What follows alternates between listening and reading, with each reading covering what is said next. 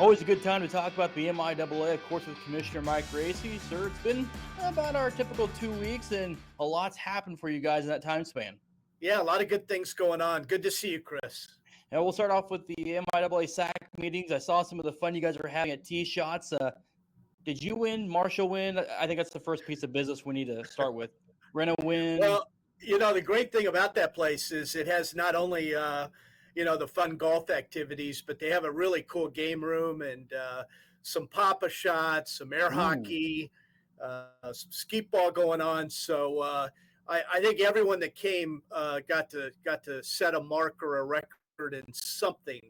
But it was a good weekend. We brought all of our student athletes that are part of our conference student athlete advisory committee and campus administrators. They all came in on Sunday. We had a day of fun and games at one of our conference sponsors, Tee Shots, in North Kansas City, and then we got to work and had a lot of good topics, a lot of good discussion that took place on Monday. All right, for someone like me who knows what MIAA SAC meetings are, but not necessarily what happens in them, what are some of the topics you guys do discuss during these? Because, like you said, there is fun, but there's also business you guys take care of too.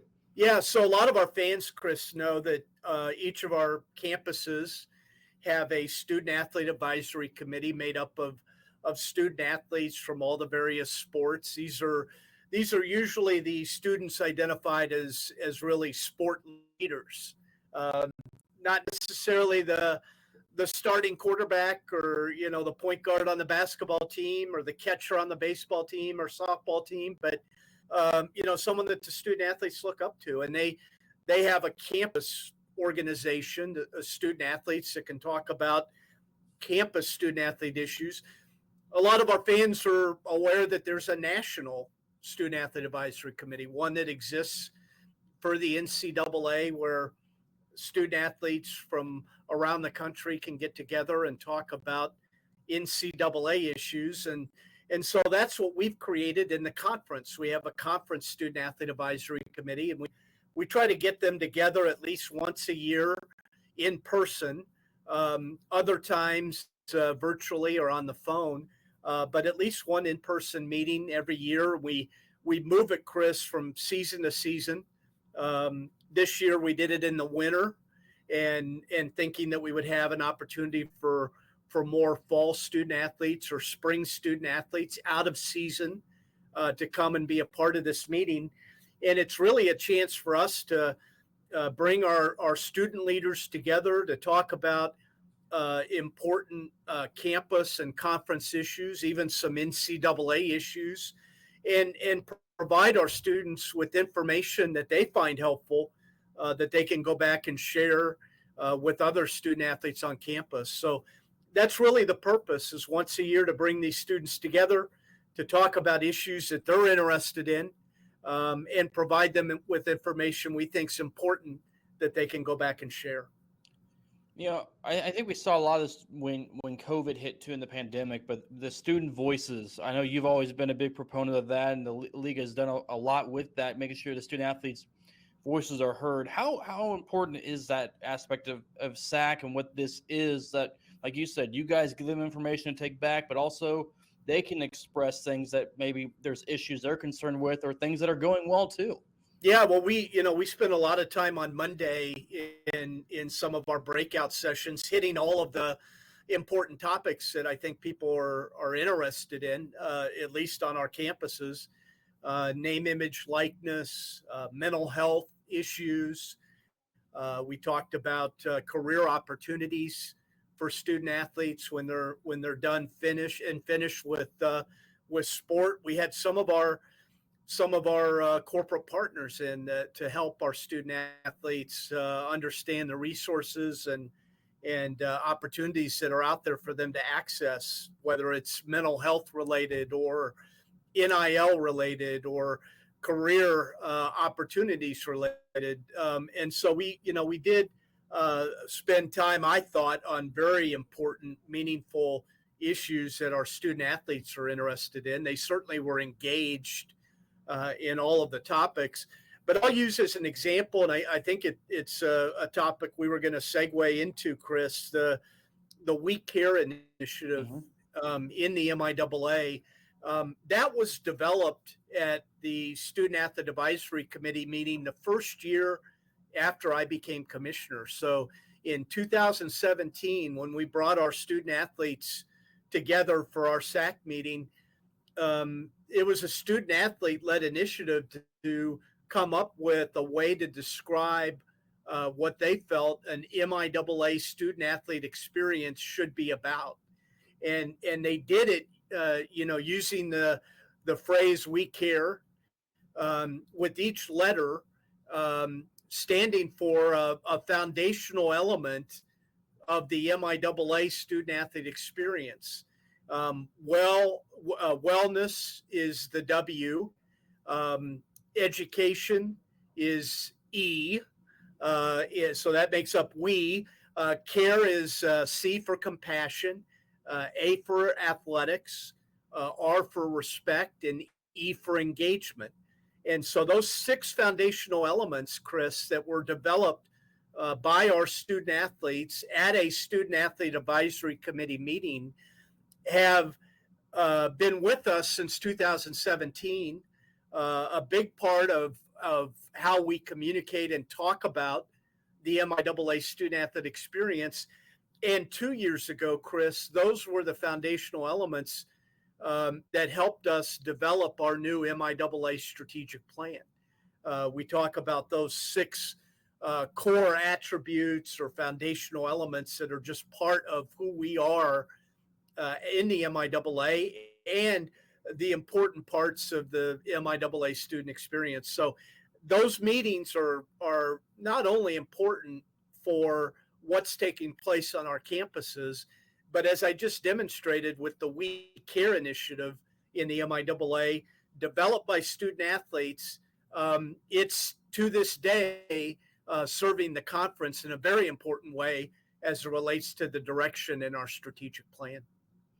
And with that, what's kind of the feedback that the league does get from student athletes to just with the We Care initiative? Because, like you said, it was designed. It was kind of student athlete, not necessarily led, but their footprint, their fingerprints all over the We Care initiative. Yeah, and I think it demonstrates to them that they have ownership and play an important role in kind of the way that the MIAA operates, the way we function, the areas that we prioritize, and the initiatives that we have, and the things that we want to try to do to make the MIAA student athlete experience second to none in Division II. The voice of the student athlete, and I know this is where you were going with your earlier question, Chris. We saw that, I think, unlike any other conference in the country during COVID, where our small MIAA COVID-19 task force, chaired by Lori Hopkins, the senior woman administrator at Northwest Missouri State, that 9-person, rapid response group, probably the voice that had the most influence and was the most powerful in that 9-person task force was our student athlete representative from Missouri Western. And the way that she talked about how much we needed to do and the things we needed to try to accomplish to make sure that our student athletes could continue to practice and continue to play in games was really the driving force of everything we did for 2 years to make sure that our student athletes were not missing competition. And from our partnership with the U.S. Council on Athletes' Health and the daily health testing systems that we developed that they helped us with, to our COVID policies, all of that is directly traced back to the voice of our student athletes. So, I'm really proud the way we operate in the MIAA, the exceptional student athletes that we have on all of our campuses, and how powerful they are when they bring themselves together in a group setting like we did this past weekend to have an MIAA summit. kind of sticking with the student athlete theme. I mean, that's usually what our theme is anyway. But uh, you know, I've noticed a lot since I started working in around the league and covering the league for the last. I'm gonna feel old saying this, but I guess 7, 8 years now that I have been. Um, you look at obviously the people on the court and on the field, and sometimes fans don't really think about the person, right? It's there are people playing a game, but then you see them go out in the community and you see the work that they do with schools, whether it's a lot of different things. Missouri Southern finishing top 5 in community service this past fall for Division II. I see a lot of posts from across all the different schools in the league posting stuff. To have a team in the top 5 when we know there's all the schools do so much, what does that say about Missouri Southern and just their community service, what they do down there in Joplin? Yeah, and it's an important competition. It's endorsed by the NCAA. It's an organization called Helper Helper, and they run for all 3 divisions, divisions 1, 2, and 3. They run what they call the Teamworks Challenge every fall, Chris. That allows schools to input information regarding the number of student athletes that are participating in community service or community engagement type events, and the number of hours that are being accumulated in those events. And yeah, we're certainly proud of what Missouri Southern did this year. The results were released recently for the fall of 2022, and Missouri Southern finished top 5 in the country for NCAA Division II. And I think we talked about this earlier when we did kind of our year in review, but this is the same award, the same community service competition where Emporia State won the national championship last year and finished first in the country. And so to have, programs in the MIAA that I think, everyone recognizes how strong our teams are in every season, every sport, nationally, how, top finishes and high rankings by the MIAA schools and in competition. They certainly recognize how talented our students are in the classroom, and the work that they're doing to prepare for, whatever lies ahead after graduation. But to see the spirit of student athletes, and it's not just happening in Emporia or Missouri Southern. They're the ones that obviously are getting the recognition from this NCAA competition. But all of our schools are doing it. All of our schools are participating, and it says a lot about just the character of the student athletes on our campuses that understand that a lot of the privileges that they have as student athletes, the ability to compete in school, the ability to wear that school's uniform, the ability to play in front of, some of the best and most passionate fans in Division II. With that goes responsibility and the responsibility to think beyond yourself and to give back and to make your community better, to help people that aren't as fortunate, to help kids that may not have the same types of advantages as some of our student athletes did when they were growing up. So it just says a lot about just the spirit in the conference and the type of students that are being recruited to come to our campuses to play intercollegiate athletics. Along those lines, especially in this day and age where there's so many options of entertainment or things to do where you don't have to leave the house or you don't have to go see things, how important is the community engagement part? Because, I mean, in 2023, schools could be on their own little island, right? Like you can just be like, hey, we're doing our own thing. But seeing these schools, these programs get out in the community and make them all one unit, the community and the schools together, how big is that to like you said, be that opportunity or be that day or afternoon that those kids or whoever they are remember and want to come see these student athletes perform now that they've created that friendship and connection as well. Well, the communities that our schools all compete in are very special places. Whether we're talking about Edmond, Oklahoma, or Kearney, Nebraska, or Warrensburg, Missouri, or Hayes, Kansas.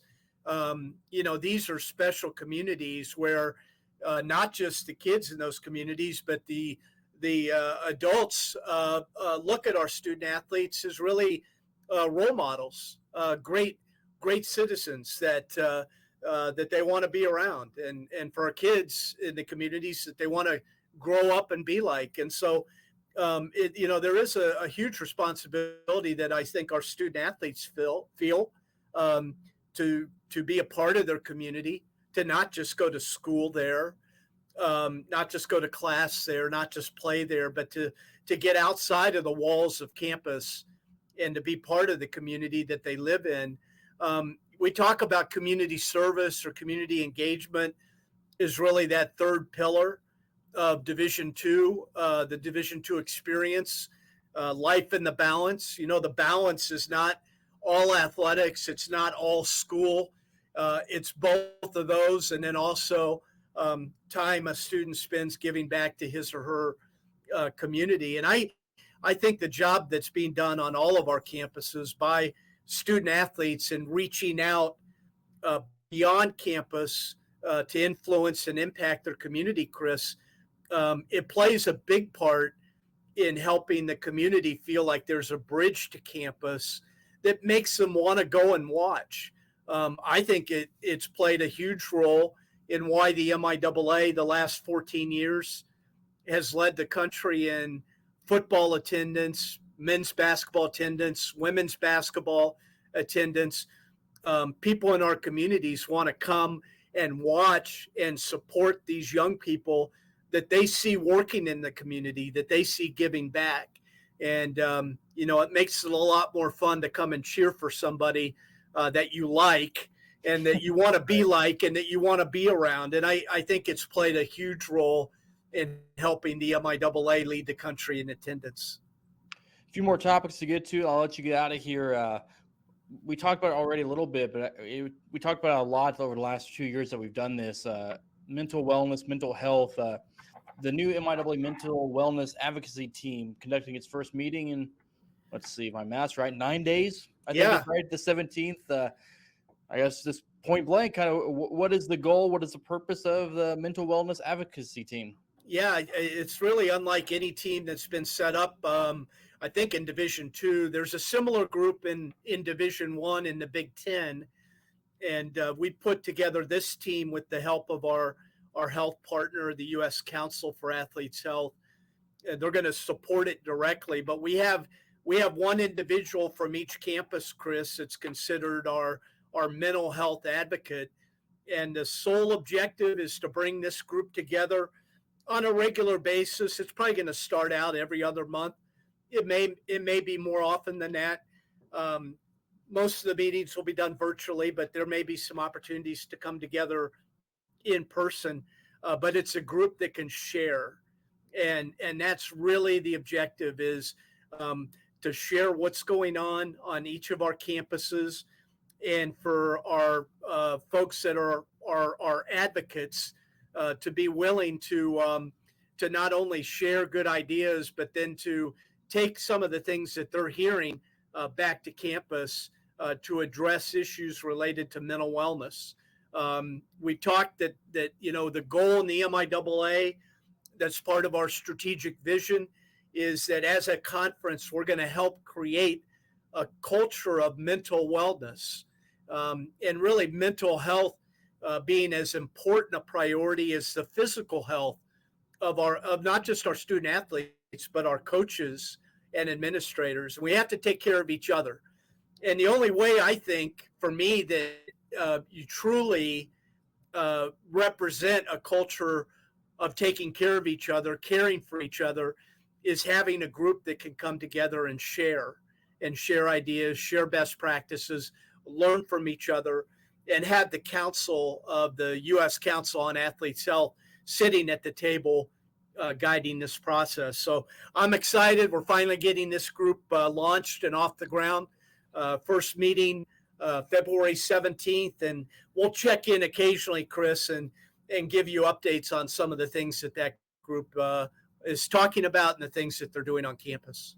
Absolutely. And the last thing we'll get to today is the MIAA Academic Alliance first in-person meeting during the MIAA basketball tournament here coming up, which for my scheduling purposes is kind of terrifying because that means that my whole weeks of February and March are rapidly approaching. So are yours. So, but it's cool to have the Academic Alliance meeting, in the in-person meeting when March Madness really kicks off too. Yeah, I'm excited about this, and not to give the Big Ten too much credit, but this is another one of those ideas that we're borrowing from the Big Ten. The Big Ten has what they call their academic alliance, and we've started one in the MIAA that gives all of our campus provosts, the top academic officer on each campus, the ability to get together in virtual meetings and again to just really share ideas and issues. Some relate to athletics, others don't. It's really the opportunity to use the MIAA organization to give those on campus reasons to interact with others in like positions on neighboring campuses that are part of the same athletic conference. And we're excited to do that in the MIAA. The MIAA can serve a bigger purpose for our campuses than just intercollegiate athletics. And this is a great example. And this group, Chris, they've been together for about a year. They've had a number of virtual meetings. They've talked about a number of issues related to higher ed standards, federal issues, state issues, and they will come together in person the first time during our basketball tournament. And it's no secret that they thought this would be a good place to meet. They're going to have some good meetings in Kansas City, a nice dinner, and the ability for all of them to get to some basketball games at the MIAA tournament and cheer on our student athletes. So it's a neat a story where the MIAA as an umbrella for the academic side of what our campuses are doing is able to use an athletic event like the MIAA tournament to get these provosts together for an important meeting. MIAA Commissioner Mike Racy, thank you as always for the time. And next time you guys go to tee shots, you in the league office, if you need someone to shoot like a highlight video of how you guys do or a competition, just let me know, and I'd be more than happy to get the positives, maybe the fails, and just put it all together.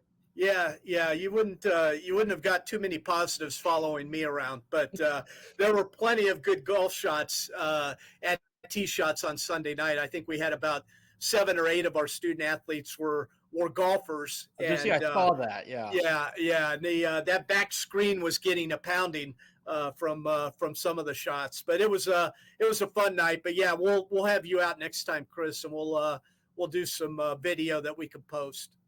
I don't think anybody in the league office is going to be very happy with that if we're going to post those. Commissioner Mike Racy, thank you as always for the time. You bet. Good to see you, Chris.